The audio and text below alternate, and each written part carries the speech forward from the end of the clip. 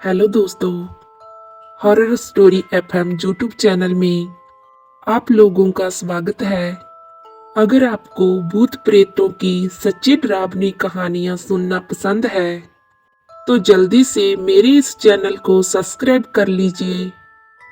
हम हर रोज आपके लिए एक डरावनी कहानी लेकर आते हैं और आज फिर से हम लेकर आए हैं आपके लिए एक बहुत ही डरावनी कहानी। तो इसे खुद भी सुनिए और दूसरों के साथ भी शेयर कीजिए और मजा लीजिए इस सच्ची डरावनी कहानियों का। तो चलिए बढ़ते हैं आज की डरावनी कहानी की तरफ। दोस्तों, मेरा नाम विजय है। आज मुझे नौकरी करते हुए पूरे 5 साल बीत चुके हैं। सच पूछो तो मैं अपनी नौकरी से बहुत ज्यादा खुश हूँ। पर दोस्तों, ये जरूरी नहीं होता कि हर इंसान की खुशी जीवन भर के लिए बनी रहे। ठीक उसी तरह मेरे साथ भी एक दिल दहला देने वाली घटना घटी। इस घटना को बीते हुए लगभग 2 साल हो चुके हैं। यह बात 2013 की है। इस दिन को मैं कभी भी भूल नहीं पाऊंगा।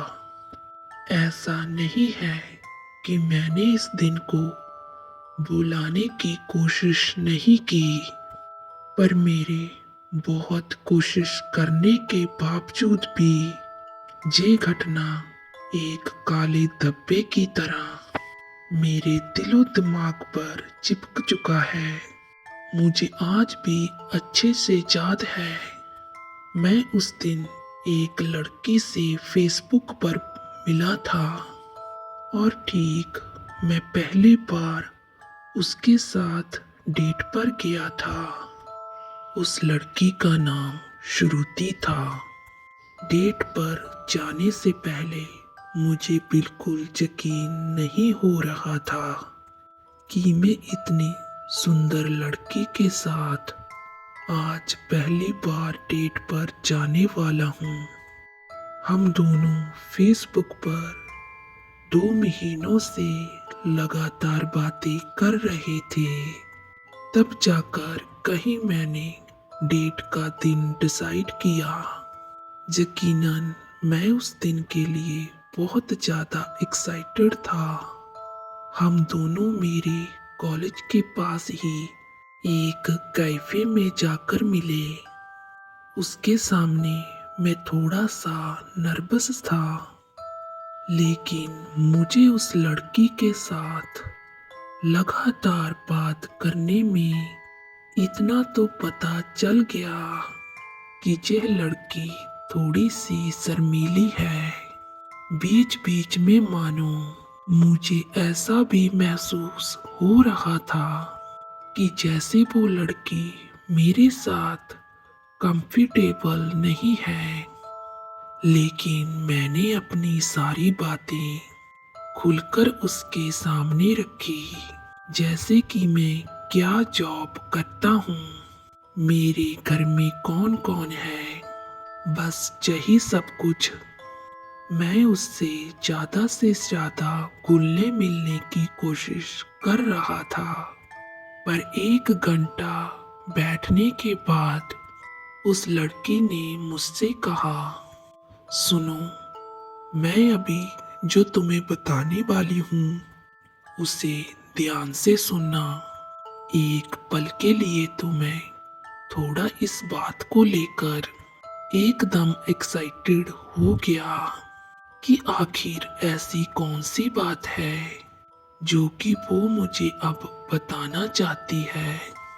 सुरुति ने मुझसे कहा कि तुम मुझे बहुत अच्छे लड़के लग रहे हो, तुम पर यकीन भी किया जा सकता है। मैं तुम्हें एक ऐसी बात बताने जा रही हूँ जिसे सुनने के बाद शायद तुम यकीन ना करो, लेकिन यह बात बिल्कुल सच है। असल में मैं दिल्ली से कुछ दिन पहले ही आई हूँ। मैंने यहाँ पर एक घर किराए पर लिया है और जब से मैं उस घर में रहने लगी हूँ तब से मैं 5 दिनों से सोई भी नहीं हूँ। मुझे उस घर में रहने में बहुत कुछ अजीब सा लग रहा है। मैं तुम्हें उसके बारे में बता नहीं सकती। मुझे ऐसा लगता है कि मानो कि जैसे मेरे घर में मेरे साथ साथ कोई और भी रहता हो, पर वो मुझे दिखता नहीं है। सच कहूँ तो मुझे बहुत ज्यादा डर लगता है अपने ही घर में। इसको मैं कैसे हैंडल करूं, मुझे समझ में नहीं आ रहा। मैं उसकी सारी बातें बहुत ही ध्यान से सुन रहा था। फिर मैंने उससे कहा, हाँ तो इसमें मैं क्या कर सकता हूँ? मेरे इतना कहते ही श्रुति ने कहा, नहीं, आज तुम मेरे साथ मेरे घर चलो। श्रुति के ये कहते ही मैं मन ही मन में बहुत ज्यादा खुश होने लगा। मुझे लगा कि शायद ये इसका तरीका है मुझे अपने साथ घर ले जाने का। मैंने कहा, हाँ हाँ बिल्कुल, क्यों नहीं, ठीक है, मैं जरूर चलूंगा तुम्हारे साथ। मैं साथ चलने को तैयार हूँ। मुझे सामने से बहुत ही निराशाजनक जवाब मिला।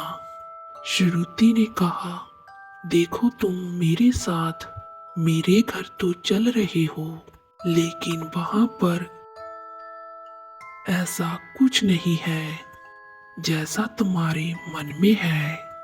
उसकी इस बात को सुनकर पता नहीं क्यों पर मेरे मन में कुछ ना कुछ प्रश्न उठ रहे थे। उसकी आंखों में मुझे बहुत डर दिख रहा था। पर खैर, उसके घर में ऐसा कुछ है या नहीं जहाँ वो मुझे सच में कुछ इरादे के लिए अपने घर ले जा रही है, वो तो मुझे उसके घर जाने के बाद ही पता चलेगा। रात के करीब 11 बजे हम दोनों उसके घर पर पहुंच गए। उसका घर तीसरे हमाले पर था। उसके फ्लैट में सिर्फ एक बेडरूम और एक हॉल था। सच में मुझे उसके घर में एंट्री करते ही एक अजीब सा एहसास होने लगा। मुझे ऐसा लग रहा था कि जैसे मानो कि अंदर ही अंदर मेरी तबीयत खराब हो रही हो। मेरा मन अचानक से घबराने लगा। उसके घर में कुछ तो अजीब था। उसके घर से एक अजीब सी स्मेल आ रही थी। उस स्मेल से ऐसे लग रहा था कि जैसे घर में किसी कोने में किसी की लाश सड़ रही हो। खैर, हम दोनों उसके बेडरूम में पहुंचे और हमने पूरी रात बहुत सारी बातें की। उसकी बातों से लग रहा था कि आज की रात हम दोनों के बीच ऐसा कुछ भी नहीं होने वाला। मैंने भी ज्यादा कोशिश नहीं की। फिलहाल थोड़ी देर बाद वो मुझसे बातें करते करते सो गई, लेकिन मैं जागा रहा। उसके सोने के बाद भी मैं बैठकर अपना मोबाइल चलाने लगा। बेडरूम का दरवाजा खुला था और बेडरूम के दरवाजे के सामने हॉल दिख रहा था। हॉल में सिर्फ एक छोटा सा टेबल और एक चेयर रखी हुई थी। उसके घर में ज्यादा कुछ सामान नहीं था, शायद इसीलिए क्योंकि वो जहां पर अभी अभी शिफ्ट हुई थी मैं पूरे फ्लैट को इधर से उधर देख रहा था और तभी मैंने हॉल के अंदर एक औरत की बड़ी सी परछाई देखी। मैं उस परछाई को देखकर एकदम से चौंक उठा। मैंने सोचा कि मैं श्रुति को जगाऊं और तुरंत उसको इसके बारे में बताऊं, लेकिन फिर मैंने ये सोचा कि छोड़ो, मेरा ऐसे कहने पर जे और भी ज्यादा डर जाएगी। लेकिन सच क्या था जे तो मुझे भी नहीं मालूम था। मैं धीरे धीरे से बेड पर से उठा। मैंने खुद उस हॉल में जाकर चेक करने की कोशिश की। मैं हॉल में गया तो हॉल की लाइट पहले से ही चालू थी, तो मुझे वहां पर कुछ भी दिखाई नहीं दिया। जहां तक कि मैंने वॉशरूम भी खोलकर देखा, लेकिन वहां पर भी मुझे ऐसा कुछ दिखाई नहीं दिया। मैंने सोचा कि शायद मुझे भ्रम हुआ होगा। मैंने ज्यादा ध्यान ना देते हुए वापस बेडरूम में आ रहा था, पर तभी अचानक मुझे ऐसा लगा कि जैसे मेरे पीछे उस टेबल पर कोई बैठा हुआ है। मैं अचानक से जल्दी से पीछे मुड़ा, लेकिन वहां पर मुझे कोई नहीं दिखाई दिया। सच कहूं तो मुझे सिर्फ एहसास हो रहा था कि जहां पर कोई है, पर मुझे कुछ भी दिखाई नहीं दे रहा था। लेकिन अब मुझे सच में इस घर में डर लग रहा था और किसी के होने का एहसास हो रहा था। मुझे लगा जैसे मेरे आसपास कोई तो है जो मुझे सिर्फ घूरे जा रहा है। पर फिर थोड़ी ही देर में मैंने फिर से एक परछाई को देखा। उस परछाई को देखकर अब तो मेरे हाथ पैर कांप रहे थे। मेरे दिल की धड़कन जोरों से धड़क रही थी। अब मुझे भी एहसास हो चुका था कि जहां पर कोई न कोई भूत प्रेत की आत्मा है। मैं समझ चुका था कि अब मुझे आगे क्या करना है। मुझे लगा कि अब मुझे श्रुति को जगाना ही सही रहेगा। मैं भागते हुए उसके पास गया। मैंने देखा कि वो अपने बेड पर नहीं थी। ये देखकर मैं पूरी तरह घबरा गया। मैं सोचने लगा कि आखिर वो कहाँ चली गई। मैं तो रूम के बाहर ही था और वो रूम में सो रही थी। अगर वो बाहर निकलती तो मुझे जरूर दिखाई पड़ती। मैं जल्दी से दौड़कर वॉशरूम की तरफ गया, लेकिन वॉशरूम में भी कोई नहीं था। मैं बेडरूम से हॉल में आ गया और श्रुति को आवाज देने लगा। सच कहूं तो मुझे वहां पर श्रुति दिखाई नहीं दे रही थी। आखिर वो इन दो रूम्स के अलावा कहाँ जा सकती है। यही सोचते सोचते मेरे रोंगटे खड़े हो गए।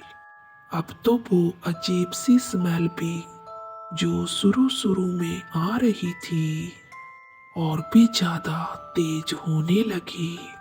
उसी दौरान मुझे किसी के चलने की आवाज आई। मुझे ऐसा लगा कि जैसे कोई चलकर मेरे नजदीक आ रहा है। मैंने इधर उधर देखा, फिर मैं अचानक पीछे की ओर मुड़ा तो किसी का चेहरा ठीक मेरे चेहरे के सामने था और लाइट अचानक से बंद पड़ गई और अब मैं कुछ भी नहीं देख पा रहा था। बस मैंने जो अभी अभी देखा था उसे समझने की कोशिश करने लगा। आखिरकार वो चेहरा किसका था। वो अचानक एकदम से मेरे पास कैसे आ गया। मैं अभी यह सोच ही रहा था कि अचानक से लाइट फिर से ऑन हो गई। मैं डर के मारे पसीने से पूरा भीग चुका था। अब मेरी आवाज भी नहीं निकल पा रही थी। अब मुझे मेरे साथ कुछ गलत होने का एहसास होने लगा था। मैंने जल्दी से टेबल पर रखी अपनी बाइक की चाबी उठाई और सीधा घर से निकलकर भागने की कोशिश की। पर मुझे दरवाजे पर पहुंचकर पता चला कि दरवाजा तो बाहर से बंद है। अब मैं क्या करूं और कहां जाऊं? मुझे कुछ भी समझ नहीं आ रहा था। मैं डर के मारे जोर जोर से चिल्लाने लगा, लेकिन धीरे धीरे मुझे एहसास होने लगा कि जैसे मेरी आवाज अब धीरे धीरे बंद हो रही है। थोड़ी ही देर बाद मैं बिल्कुल गूंगा हो चुका था। मैं चाहे कितना भी चिल्लाने की कोशिश कर रहा था और मेरे मुंह से कोई भी आवाज नहीं आ रही थी। मैं भागकर कभी हॉल से रूम में जाता और रूम से कभी हॉल में आ जाता। मुझे ऐसा लग रहा था कि सिर्फ श्रुति ही मेरी मदद कर सकती है, लेकिन वो कहाँ है? अचानक से वो कहाँ चली गई? वो मुझे पूरे घर में कहीं नहीं मिल रही थी। मुझे अब पूरा विश्वास हो चुका था कि शायद उसे किसी आत्मा ने कैद कर लिया है। मैं हॉल में एक कोने में चुपचाप खड़ा था। मुझे वहां पर खड़े ऐसा लगा कि जैसे कोई मेरे पीछे खड़ा है और इस बार मैं उसे पलट कर देखना नहीं चाहता था। पर फिर भी मैं डरते डरते धीरे धीरे पीछे की ओर मुड़ा तो मैंने देखा कि श्रुति बिल्कुल मेरे सामने खड़ी थी और उसे किसी भी आत्मा ने कैद नहीं किया था, बल्कि वो तो खुद एक आत्मा थी। उसकी आंखें, जिसमें मुझे कुछ देर पहले अपने लिए प्यार नजर आ रहा था, अचानक से उसकी आंखों की पुतलियां गायब हो चुकी थी और आंखों की जगह गहरे काले गड्ढे थे। उसकी आंखें पूरी तरह काले रंग की हो चुकी थी और तभी मुझे एहसास हुआ कि मेरी आवाज वापस आ चुकी है और मैंने चीखने की कोशिश की और मैं वहां से चीखता हुआ भागने की कोशिश कर रहा था। और जैसे ही मैं वहां से भागने लगा, मुझे अचानक से पीछे से किसी ने पकड़ लिया। जब मैंने देखा कि श्रुति तो मेरे बिल्कुल सामने है, तो मुझे पीछे से किसने पकड़ा। तो मुझे एहसास हुआ कि श्रुति के अलावा इस घर में और भी कोई आत्मा है। अब उसने मुझे पीछे से पकड़ रखा था। मैं अपने आप को उससे छुड़ाने की लगातार कोशिश कर रहा था, लेकिन मैं जितना उससे खुद को छुड़ाने की कोशिश करता, उतना ही वो मुझे जोर से जकड़ रही थी। अब मुझे ऐसा लगने लगा कि जैसे मैं जमीन के अंदर दस रहा हूँ। मैं जमीन पर गिर पड़ा और अपने हाथ पैर मारने लगा। अब घड़ी पर 1 बज चुका था और अब उस घड़ी से एक आवाज आने लगी और घड़ी की आवाज आते ही अचानक एकदम से सब कुछ गायब हो गया। ऐसा लग रहा था कि जैसे मानो जहां पर कुछ हुआ ही न हो। मैं तुरंत उस जगह से बाहर निकला और जल्दी से वहां से भागने की कोशिश करने लगा। मैंने अपनी चाबी को निकालने के लिए अपनी पॉकेट में हाथ डाला, लेकिन चाबी मेरी पॉकेट में नहीं थी। मैंने अपने आसपास देखा तो चाबी मुझे वहीं पर गिरी हुई मिली। मैंने तुरंत उस चाबी को लेकर और बिना कुछ सोचे समझे वहां से भाग पड़ा। शुक्र था इस बार दरवाजा खुल गया। मैंने तुरंत अपनी बाइक को चालू किया और सीधा अपने घर पर जाकर ही रुका। घर जाकर मुझे चैन की सांस आई। उस दिन के बाद से मैं कभी भी उस फ्लाइट में नहीं गया और ना ही उस रास्ते पर गया हूँ। मैंने उस लड़की को फेसबुक पर बहुत सारे मैसेज करने की कोशिश की, लेकिन मुझे वहां से एक भी रिप्लाई नहीं आया। फिर मैंने कुछ दिनों बाद देखा कि उसका फेसबुक अकाउंट डिलीट हो चुका था और उसी दिन के बाद से मैंने भी फेसबुक पर अनजान लोगों से बात करना छोड़ दिया। मुझे पता नहीं वो कौन थी और मुझसे क्या चाहती थी।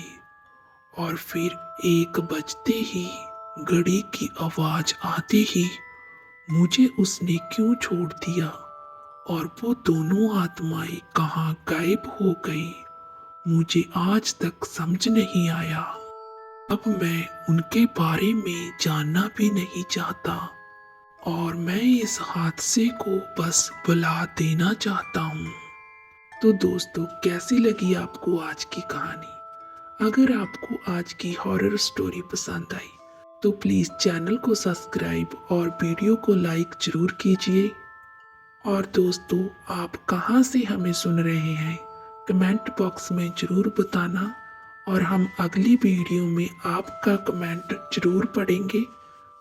तो चलिए दोस्तों, मिलते हैं एक और नई कहानी के साथ।